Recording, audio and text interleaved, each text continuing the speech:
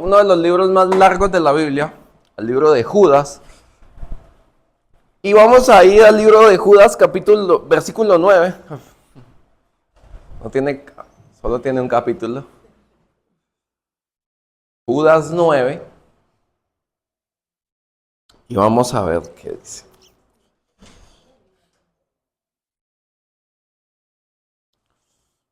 Yo le recomiendo, si usted nunca se ha leído el libro de Judas, que se lo lea. No comparto todo lo de Judas por tiempo, porque si no nos dan aquí las 7 de la noche y el culto hasta las 6 nomás. y queremos avanzar. Judas 9, se lo voy a leer en la Nueva Versión Internacional, pero usted lo lee en la Biblia que usted quiera. ¿Listo? La puede leer en la Biblia que usted quiera, menos en la de los testigos. Y dice, ni siquiera el arcángel Miguel, cuando argumentaba con el diablo disputándole el cuerpo de Moisés, se atrevió a pronunciar contra él un juicio, maldición, sino que dijo, que el Señor te reprenda. Estas, en cambio, maldicen todo lo que entienden, y como animales irracionales, lo que entienden por instinto es precisamente lo que corrompe. Ay de los que siguieron el camino de Caín, que por ganar dinero se entregaron al error de Balaam y perecieron en la rebelión de Coré. ¿Sabe? Hoy en día nos encontramos con una generación que decidimos vivir una vida por instinto y no por identidad en Cristo. ¿Cómo así por instinto y no por identidad en Cristo? Usted y yo por instinto hacemos muchas cosas. Por instinto, usted va y abre la nevera buscando ¿qué? Comida. Usted va donde su esposa y le dice, oiga, el desayuno se demora. Usted por instinto, si tuviste una jornada laboral larga, ¿qué va a pasar? Te va a dar sueño. Y hacemos las cosas por instinto. Pero sabes, también tenemos una vida con Dios por instinto. ¿Cómo es esto, una vida con Dios por instinto? Una vida con Dios por instinto es esa vida que simplemente vivimos con Dios por las necesidades básicas. Y nos acercamos a Dios por querer alcanzar algo que Él nos pueda proporcionar. Pero sabes, ese fue justamente el error de Balaam, ese fue justamente el error de Coré, que decidieron amar más lo que Dios les podía dar que al Dios de la promesa. Y sabe, cuando venía para Pereira, Dios habló a mi corazón de venir a compartir esto con ustedes. Amamos el Dios de la promesa, ¿sabías? Yo amo cuando Dios viene y me promete, vas a ir a las naciones. Pero no amamos los procesos de Dios cuando Dios interviene. Amamos que Dios venga y nos bendiga con un nuevo trabajo. Pero no amamos bendecir la obra del Señor con nuestra vida, con nuestro tiempo, con nuestro esfuerzo. Y aquí es donde se comienza a romper esto. Dice la Biblia que ni siquiera el arcángel Miguel se atrevió a tanto cuando peleaban por el cuerpo de Moisés, como aquellos que deciden vivir en pos de sus deseos, de sus anhelos y no de Cristo. Pero usted me dirá, eso suena terrible. Y sí, ¿a qué me presta el vasito?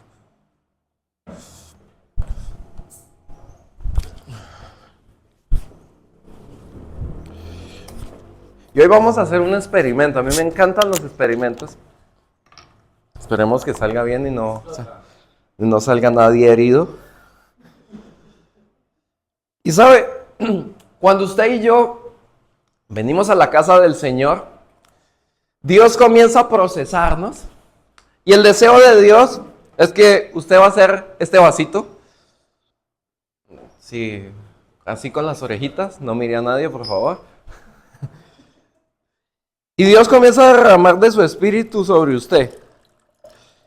Y Él comienza a derramarse. Uy.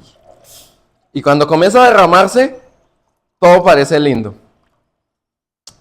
Y Él comienza a poner dones y llamamientos. Y Dios te comienza a dar promesas.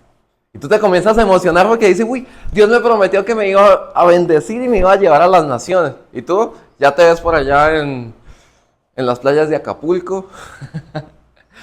Te ves viviendo ese plan.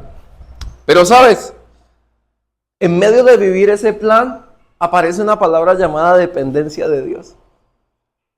Y cuando aparece esa palabra, todo el mundo sufre. Y digo todo porque también nos incluimos. Dios te llama a tomar la decisión de obedecer a Dios y tú dices, espérate, porque esto sí lo tengo que pensar. Y aparece nuestro pensamiento y nuestros anhelos y nuestros sueños. Y todo iba así, y Dios sigue derramando de su poder, de su gloria. Pero ahora comienza lo hermoso.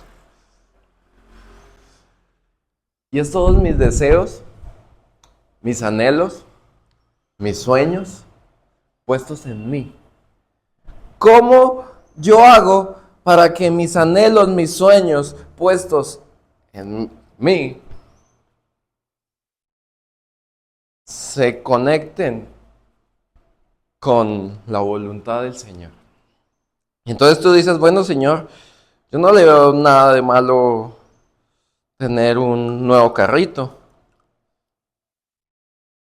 Y tú dices, sí, no tiene nada de malo. Y esa es la bendición de Dios. Señor, yo no le veo nada de malo que tú me proveas un nuevo trabajo. Y tú dices, gracias Dios porque tú me estás proveyendo un nuevo trabajo. ¿Y tiene algo de malo? Nada. Señor, yo sé que tú me vas a bendecir con una nueva casa. ¿Esto tiene algo de malo? Jamás. El problema, ¿sabes cuál es? Que nuestra vida muchas veces se ha llenado más de nuestros deseos que de la voluntad eterna del Padre. Y cuando se llena más de la voluntad eterna, de la voluntad de nosotros, va a llegar un momento donde esto va a entrar al tope. Y nuestra vida va a entrar al tope. Y cuando nuestra vida entra al tope, ya no cabe más de Dios y ya no cabe más de tus deseos. Y tú dices, ¿sabes qué? Yo necesito más de Dios. Pero si tú le echas una gota más a esto de Dios, tu vida se desbarata. Y saben, esto es justamente lo que Dios está haciendo en muchos de ustedes. Llegaste al tope. Te metiste en el tope. Y no podés correr más. Entonces tú me dirás, Juan, ¿qué tengo que hacer para venir al Señor y que Dios transforme mi realidad? Porque esa es la realidad de muchos. No sé qué más hacer. Me metí en problemas, me metí en circunstancias, no puedo salir.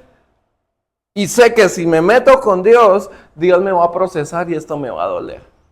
Ayer aprendíamos con la gente que es discípulo. Etimológicamente, disi de disciplina y pulo de pulir. El discípulo es pulido, es procesado y no nos gusta. Pero hoy, yo quiero que a través de las escrituras podamos entender cómo Dios lo quiere hacer. Zacarías, verso 1, capítulo 8, verso 1. Mire lo que dice. Uy, venga. Antes de que yo... Sí, claro. Quiere véndalo.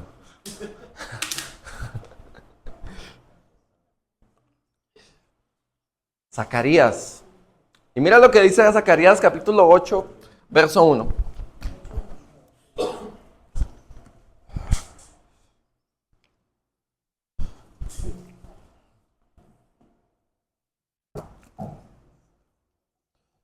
Y dice, otra vez vino a mí la palabra del Señor y me dijo, así dice el Señor de los ejércitos, siento grandes celos por Sión, son tantos mis celos por ella que ardo de pasión. Escúchame bien, Dios tiene un celo eterno por algo y es porque en nuestra vida, en nuestra casa, en nuestra familia y en nuestra iglesia exista la presencia de Dios, el fuego de Dios ardiente sobre nosotros. Si hay algo que le duele a Dios, es esto, que se pierda la presencia de Dios en casa. Hoy, ¿qué tenemos? Hombres que son hombres de casa pero no sacerdotes. Hoy, ¿qué tenemos? Mujeres que son mujeres de casa pero no son mujeres sabias. Hoy, ¿qué tenemos? Jóvenes que no se quieren dejar direccionar por los adultos. Hoy, ¿qué tenemos? Niños con un corazón altivo. Y tú dirás, esto suena terrible. Sí, esa es la realidad de nuestros días. Pero ¿sabes por qué está sucediendo todo esto? Porque hemos perdido el valor de la presencia de Dios. Para hoy es más importante que nuestros hijos tengan una buena ropa, estudien en un buen colegio, tengan una buena formación, que enseñarles a vivir la presencia de Dios. Y necesitamos con urgencia volver a esto, a los altares de familia. Necesitamos con urgencia volver a hacer el edificio de Dios, la construcción de Dios, piedras vivas del altar de Dios. Y esto es lo que Dios está demandando y por eso dice, siento grandes celos por Sión. Es un fuerte deseo de Dios de cuidar la presencia de Dios en casa. ¿Cómo estás cuidando la presencia de Dios en casa? ¿Será que la presencia de Dios realmente disfruta estar en tu casa? Hombres que están acá, estamos siendo los sacerdotes. Hace unas semanas estaba en una consejería y un esposo me decía, es que mi esposa no tiene fe. Si tu esposa no tiene fe, eso significa que tú no le has enseñado sobre la fe. Si tus hijos no tienen fe, no es culpa de tus hijos, es que tú no te has tomado el tiempo de sentarte a hablar de la fe con ellos. Ser sacerdote no es hablar duro. Ser hombre de casa no es hablar fuerte y decir yo mando aquí. Ser sacerdote es saber direccionar emocionalmente, espiritualmente a tu casa y a tu familia. Tú me dirás, ¿es una labor difícil? Claro que sí. Pero es una labor que solo vamos a poder vivir si dejamos que la presencia de Dios se manifieste en nosotros. Dice la Biblia, son tantos mis celos por ella que ardo de pasión. Hay algo que apasiona el corazón de Dios. ¿Y sabes qué es? La presencia de Dios en tu casa. Si hay algo que Dios desea fervientemente, es que en tu casa haya un altar de Dios.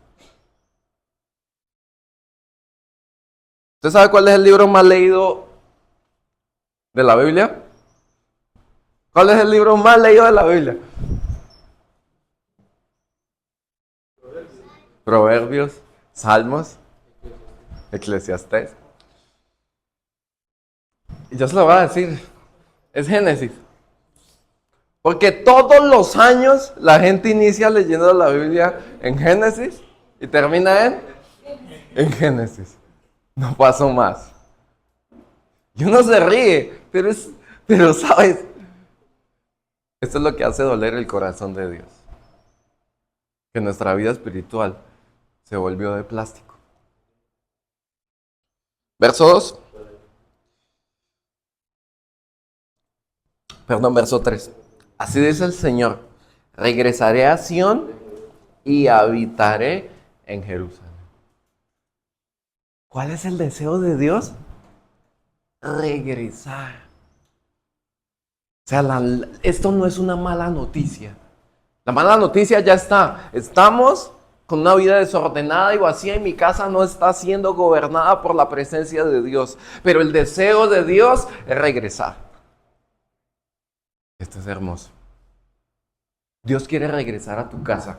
Dios quiere regresar a tu familia. Dios quiere regresar a tus hijos. Dios quiere regresar a tu economía. Dios quiere regresar para que venga Él y transforme toda esa realidad oscura en la cual estás viviendo. Yo te voy a contar algo. Yo vengo de una familia donde mis papás nunca se casaron. Y los únicos recuerdos que yo tengo de papá son violencia, sangre y alcohol. Cuando yo vine a Cristo, yo llegué a Cristo con adicciones, desorden y consumo y venta de estupefacientes. ¿Y sabes qué fue lo más hermoso? Que Dios me regaló la oportunidad de entender de que Él podía escribir una nueva historia. Pero ¿cómo escribe la nueva historia? Cuando tú y yo podemos venir a Él y podemos decirle, yo quiero que tú habites acá. Hoy disfrutamos de un matrimonio, tenemos un pequeño de 14 meses.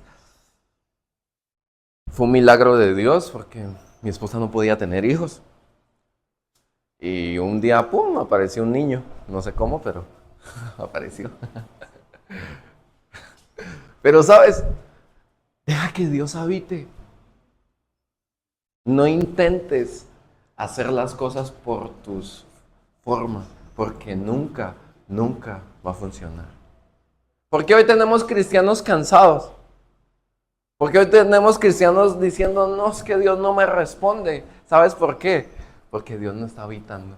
Cuando Dios habita, tú te acostumbras y tú disfrutas que Él esté, a pesar de que la nevera esté completamente vacía. Pero cuando no, te parece extraño que Dios te procese. Vamos a seguir, verso 3. Y Jerusalén, y habitar en Jerusalén. Y Jerusalén será conocida como ¿qué? Ciudad de la verdad. Y el monte del Señor de los ejércitos como el monte de la santidad. Dios quiere transformar tu historia en una historia de verdad y de santidad. No sé cómo estás viviendo en casa.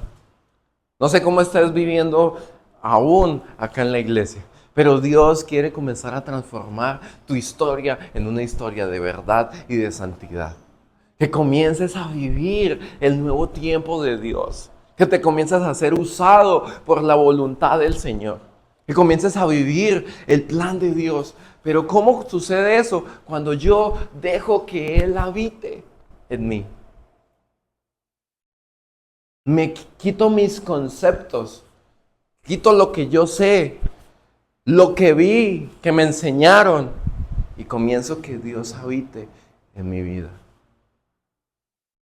Ay, no tiene nada de malo pasarnos un semaforito en rojo, ¿cierto? No tiene nada de malo. El problema es que se comienza a sembrar en ti corrupción. Ay, no, aquí no hay cámara de la fotomulta. Pasémonos, no pasa nada. No pasa nada, está bien. La hiciste. Pero el problema es que dentro de ti no está habitando el Señor.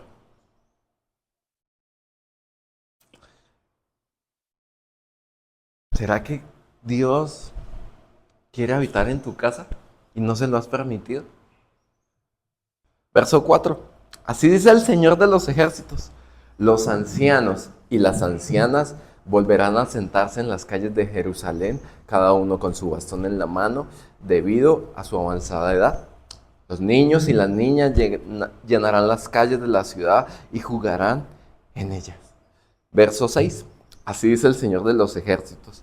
Al remanente de este pueblo podrá parecerle maravilloso en aquellos días, pero también a mí me parecerá maravilloso, dice el Señor. ¿Sabes? Dios desea transformar no simplemente la situación eclesial, sino que desea transformar las generaciones. Estaba hablando de adultos y de niños. ¿Sabes por qué? Porque el deseo de Dios es que cuando Él habita en una casa, comienza a nacer una generación que deja habitar la presencia de Dios en su casa.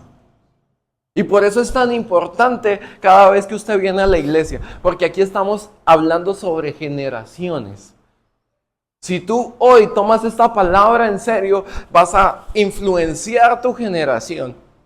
Y tú vas a poder decir, mis hijos y los hijos de mis hijos van a poder vivir la presencia de Dios sin límites. Pero necesitamos dejarlo que Él entre. Si tú vas a tomar una decisión, ejemplo, los que se vayan a casar, necesitas dejar que Dios entre para que los niños y las generaciones que vienen de ahí nazcan diferentes.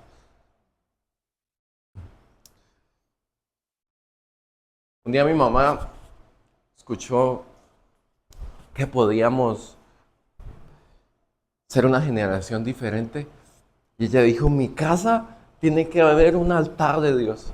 Y si hay algo que yo recuerdo de mamá, yo no vivo con mi mamá hace alrededor de 10, 12 años. Y algo que yo recuerdo de mamá es que siempre, así yo llegara en las peores condiciones, esa mujer se encontraba postrada, adorando al Señor. ¿Tus hijos qué ven en ti? ¿Ven un papá gritón? ¿Ven una persona que solo manda? ¿O están viendo a Cristo? ¿Están viendo un corazón rendido? ¿Están viendo una persona que solo humilla? ¿O están viendo un corazón amoroso? Hace unos días hablaba con un amigo. Y mi amigo tiene 5 hijos y el hombre... Estamos ahorrando para comprarle un televisor. y el hombrecito... hace unos días yo estaba en la casa de él y llega él y él estaba orando y sus 2 niños pequeños llegaron a arrodillarse con él.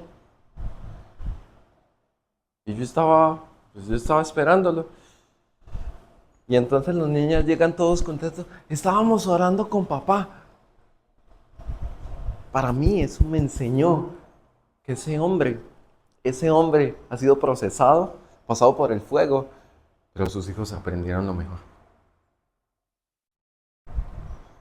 Necesitamos ser una generación que permita que la presencia de Dios, el fuego de Dios, arda en nuestras casas. Si no, esto no va a funcionar, iglesia. ¿Por qué nuestros jóvenes están yendo de la iglesia? No porque Dios sea aburrido. Porque en la iglesia de pronto no estamos avanzando. No porque esto sea aburrido, porque estemos haciendo mal. Sino porque no estamos dejando que Dios trabaje en casa. Pero vamos a seguir antes de que usted me tire las sillas, ¿está bien? Pero a mí me parecerá maravilloso, afirma el Señor de los ejércitos. ¿Será que a Dios le parece maravilloso cuando yo llego a mi casa? ¿Será que a Dios le parece maravilloso cuando yo no agarro ni una escoba? Ay. ¿Será que a Dios le parece maravilloso cuando yo trato como trato a mi esposa? ¿Será que a Dios le parece maravilloso como yo trato a mi esposa? Linda pregunta, ¿cierto? Verso 7. Así dice el Señor de los ejércitos. Salvaré a mi pueblo de los países de Oriente y de Occidente. ¿Cuál es la promesa de Dios? Salvaré. Dios quiere salvar tu casa y tu familia de las acechanzas del enemigo. Cuando habla de países del Oriente y del Occidente, el pueblo de Dios había sido esclavizado por justamente adorar al Señor. Pero ¿sabes qué está diciendo el profeta? A través del profeta Dios está hablando y está diciendo, yo quiero salvar a mi pueblo. ¿Sabes por qué Dios está viniendo a traerte este mensaje de pronto incómodo y que no te gusta? Porque Dios quiere salvar tu casa. Dios no le quiere que sigas permitiendo que Satanás trabaje en casa. Tú me preguntas, Juan, ¿difícil venir acá a Pereira? Yo te voy a decir, llevaba casi año y algo de no salir de mi casa a un viaje ministerial. Porque tenemos un nene pequeño y dije, mi primer labor es que mi esposa y mi nene crezcan bien. Y usted no sabe lo difícil que ha sido. Anoche fue una noche un poquito complicada para mí. Porque el no saber de ellos, el no estar ahí. Pero ¿sabes por qué estoy acá? Porque Dios quiere salvar tu casa. No permitas más. Iglesia, no te duermas más. Y no permitas que Occidente y Oriente, que así mismo como apresaron al pueblo de Israel, así te apresen a ti. No lo permitas más. Necesitamos una generación que obedezca al Señor, pero que también ame su presencia. ¿Para qué? Dice, verso 8, los haré volver para que vivan en Jerusalén. Ellos serán mi pueblo y yo seré su Dios. ¿Cuál es el deseo de Dios? Que sea su pueblo y que yo sea su Dios. ¿Sabes cuál es el deseo de Dios al hacer volver tu casa? Que se manifieste de que nosotros somos el pueblo de Dios y Él es nuestro Dios. Volvamos a Él, iglesia. Tú me dirás, pero Juan, yo voy a la iglesia. Vea, todos los domingos yo llego a las 7:50. Yo llego a las 6 de la mañana. Por ahí escuché unos que llegan a las 6 de la mañana. Gente, mi gente. Usted dirá, yo me esfuerzo, Juan, ¿qué hago? ¿Sabes qué es? El servicio no significa que en mi casa esté viviendo Dios. Despertarte temprano no significa que esté viviendo Dios. ¿Sabes qué significa que esté viviendo Dios? Que tú lleves a tu familia a un crecimiento espiritual. ¿Sabes qué significa que esté viviendo Dios? Que en medio de las pruebas y de las dificultades tú puedas perseverar hasta el final. ¿Sabes qué es? Que viva Dios en nosotros. Que tú puedas decir, Dios me ha bendecido, me ha dado un nuevo trabajo, me ha dado una nueva oportunidad, pero mi lugar para el Señor es vital e importante. Ejemplo, ayer hablando con Dani, y yo quiero sacar el tiempo, me parece de alto valor cuando una persona ha tenido una ardua labor de trabajo y decide venir acá